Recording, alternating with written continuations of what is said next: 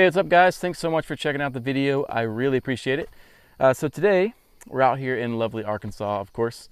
I'm just on a little day trip, and I thought it would be a great time to talk about my comms setup and all the gear I use for that. I get several questions and DMs on Instagram and the YouTube comments about what equipment I use for comms, what radios and everything like that, what antennas, and all the products and stuff. So I'm going to share that with you guys today, and hopefully you'll learn something valuable for your rig. Also, what's really cool is I have some brand new products from Rugged Radios. I haven't installed them or anything. I literally just got them in the mail, but I'll show you those, and later on, on the channel, I'll show you how those are working or not working or whatever. But before we get into this, I actually have some really exciting news. I feel like I've had tons of exciting news lately, and I guess it's been true because I've had lots of cool news. So I have a brand new coffee that I partnered with from Got Your Six. Go to longcreekoverland.com if you guys want to buy some Arkansas off-road coffee, and also got some new shirts and stuff in there too. Next thing, this is very exciting. I'm going to be doing a Colorado trip in about 3 or 4 weeks from now. I'm going to be with the Backwoods Adventure Mods crew. We'll have a big mix of vans, Forerunners, Tacomas, all that kind of stuff. It's going to be super rad. I'll be doing the Revel Rally with Talon SEI. I'm going to hang out with him, and we'll do this big trip through Colorado, and then we're going to end at Expo Mountain West. So if you guys are in the area, please come hang out at the Backwoods Adventure Mods booth. I'm going to be in there with my truck, as well as Talon SEI and Mike from Last Line of Defense. So that is freaking awesome. I've been freaking dying to meet those dudes. We've been kind of talking here and there, back and forth, but they're going to be bringing their vans. I'll be bringing the Tacoma, of course, and then Lindsay, aka Baby Yoda. She is running the brand new Backwoods Forerunner front bumper prototype, so she'll be there in the booth as well. So if you guys are in the area, please come hang out in Loveland, Colorado at the very end of August. It's going to be a good time. So sorry for all the blabbering. Now we'll get into my comm setup and show you guys what it's about. Okay, so obviously with comms, there's several different platforms, right? There's the ham radio, the GMRS, the CB. I think that encompasses most of them. So we'll start kind of from the beginning. CB is the oldest, and I've used it in my Jeep, and honestly, it's just very outdated nowadays. It's not good. The range sucks. You have to tune the antenna. It's just kind of annoying. Ham radio, for me personally, it's very overkill. I don't really need a ham radio. If you want to go that far and talk to people like, across the world, you definitely can, but that's just not super practical in my case. However, I run everything GMRS, and what I do with GMRS is I have a hardwired unit in the vehicle, and then I have handhelds, which are just, you have to have both in my opinion. They're extremely important and very useful in different circumstances. And I'll show you the circumstances when we actually talk about the devices, but that's what I use. It's GMRS, and right now I'm using the Midland 275. And yeah, just let me flip the camera around and I'll show you guys. Actually, before I show you the unit, I'm gonna flip the camera around and show you kind of the outside, like the antennas and stuff, and then we'll actually move to the unit. All right, so for my antenna, actually, some of you guys might think this is it. This is not it. This is a cell phone booster, so not comms related really. I have a separate video on that install and review if you guys want to check that out. Look in the upper right hand corner of the screen, it'll be there. So right here is my actual antenna for my GMRS radio. This is the Ghost antenna from Midland, and I think it's on a Midland mount. I cannot remember exactly where I got that mount, but it just mounts kind of where the ditch lights would go if you had exterior or auxiliary lights. And then this actually came with my Midland 275. So this comes with that unit if you buy it. It's just a lower powered antenna than that one over there. And honestly, it's not even hooked up anymore, so I need to just take it off the hood. But anyway, okay, here's the radio itself. There we go, I swapped lenses on the iPhone. So Midland 275, and I have it hardwired right here. It's nice and secure, and then this is my cell phone booster up there. So that's where I have it. And the best part, in my opinion, about this radio that just sets it apart from other radios is there's no buttons on that radio. All the buttons are right here and controlled on your hand. So that makes everything super nice. It's not tucked under a seat or anything like that. You can see how kind of low profile, I guess, and how clean it is. It is just a wire coming out. All the controls are right here. You hold the top and it turns on. Super nice. Hold this for weather. Until 7 p.m. Central Daylight Time for the fall. So super cool. Love this radio. What I actually did is put super glued a little magnet back here, and I have my Scosche Pro magnetic mount. I also have another video on all my mounts and my dash and everything, but the best way to carry a radio, or to, I guess, mount a radio, is a magnet in my opinion. So that sits right there, and really there's not much more to talk about on the hardwired unit. It works very, very well. Probably, I don't know, maybe 3 to 5 miles is kind of its max in the dense, super dense forest where I am. But it works great. So the other part of this is the handhelds I was talking about. This is also from Midland, the GXT, and I have it mounted kind of funky on this little guy. I put one of the standard little mounts on there and then glued a little thing up there, so it goes right there. So that's that. So let's go to the back of the truck, and we'll talk about why you need handhelds and why you need a hardwired radio. All right, guys, so why do I run a hardwired GMRS and a handheld? Several reasons.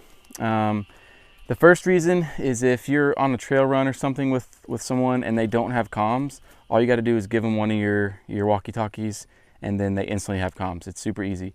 A lot of these come in like a multi-pack of at least 2 or something. So if 2 of your friends are coming on the trail with you and they don't have comms, you know, each of them now has a radio, right? So it works with your GMRS hardwired radio. So I love that about them. The other thing, so kind of why I have one in the back, is when I'm making dinner or something, this is kind of my hub, right? This is my area when I'm camping. I like to flip this on and listen to the weather or something. Let's see.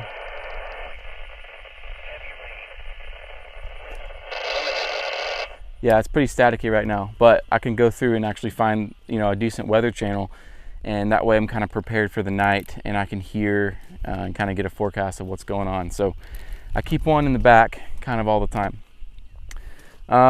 So probably the number one reason why I use this, besides giving it to a buddy, is, you know, let's say we're on a really tough technical spot of the trail. Man, it's so frustrating. I can't tell you how many times I've seen, you know, one guy's on an obstacle and you got 3 of his buddies, you know, yelling at him at the same time. Driver, you know, passenger, turn, this, that, and like, it's so annoying. There needs to be one source of communication between the 2 people. With this, you know, I can be right here spotting someone through an obstacle or whatever, and they can be hearing me on their radio. You know, they can even have their windows up if they want to. You know what I'm saying? So it eliminates confusion and crazy communication with people yelling at the driver, and it's just nice, and it's controlled in this way. So I really like having a handheld for that reason as well. And also, you know, there definitely is benefit for a hardwired radio too. These go out of battery, you know, it probably lasts the better part of a day. But if you're doing a multi-day run or whatever, they go out of battery pretty quick. So you got to stay on top of those and keep it charged. And the one complaint I have with this radio in particular is the battery life. I don't know if I've gotten a bad batch or whatever. I've probably gone through 2 sets of these, and for whatever reason I'll charge it and they'll just kind of die. So I don't know. I love Midland products, but this one in particular kind of has given me some weird fits. And I guess here, insert Rugged Ridge radio. So they sent me their handhelds to test, as well as the little stealth antenna. So I'll show you that in just a second. But yeah, that's basically gonna sum up kind of why I think it's important to use both a hardwired and a handheld. So Again, also, if you are thinking about price point and everything like that, these handhelds, maybe $100 for 2 of them. I can't remember, something like that, maybe cheaper. And I'll put the links to all this stuff in the description, guys. But a hardwired GMRS radio, the radio itself was, I think, 150 bucks. And then the antenna was another 40. So then you get into your cables and stuff. You're probably in about 250 bucks for a hardwired unit like mine, versus, you know, maybe $100 for these. So it's not terrible either way you go, but hopefully that clears some stuff up for you guys. All right, let's flip the camera around and I'll show you some of this new stuff from Rugged Ridge. All right, guys, so here's the Rugged Ridge stuff I mentioned just a second ago. Again, it's obviously still in the box. I have not used this at all.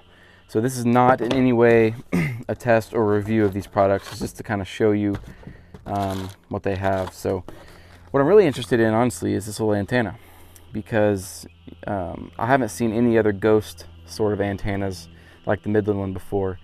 And I saw this one and thought it was super cool. So this is what it looks like. I'm not going to install it or anything today, but honestly, it looks really, really good. It looks way cooler than the Midland. The Midland's just straight black. This has a cool logo and some kind of chrome down there and a little notch design there. So that looks pretty cool. And it should simply just screw on and, you know, screw off. That's super easy.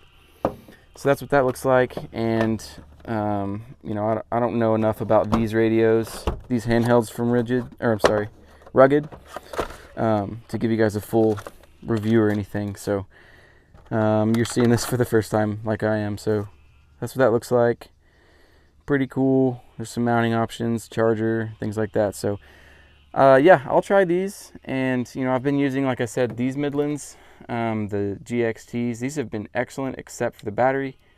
In my circumstance, I'm not going to say the battery's going to suck for all you guys, but anyway, I know these are like 80 bucks a piece, and I think these are cheaper, so to each his own. We'll see.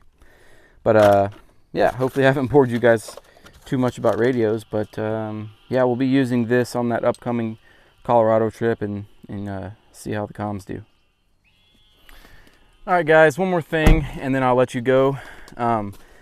Excuse me for the drink. It is so hot down in Arkansas with all the humidity. I can't really get out in the summer, honestly, much here because it is just miserable to camp. Anyway, last thing, I want to share these boots with you guys. I know that's not necessarily like an overland piece of gear we use on our vehicles or anything, but it's something, you know, most of us use when we're doing these things, right? We're using boots and, you know, clothes that are kind of made for this stuff. So these are boots from a company called Rooster. So they reached out to me and sent me a pair for free, and just you know, wanted to share my thoughts and everything like that. So that's what I'm doing with you guys. If you're a boot guy like me, I have Danners, Red Wings. I love boots. I love shoes in general. And you are interested in getting some new boots, I really highly recommend these. And I'm not just saying that because they sent me a free pair, because I hate it when people do that. I don't do that at all. These are really nice. They're soft. They're actually really affordable to start with. But if you are interested in them, I can get you a 15% off coupon, and it brings the total to like $89, something in there. But it's pretty good value for the money.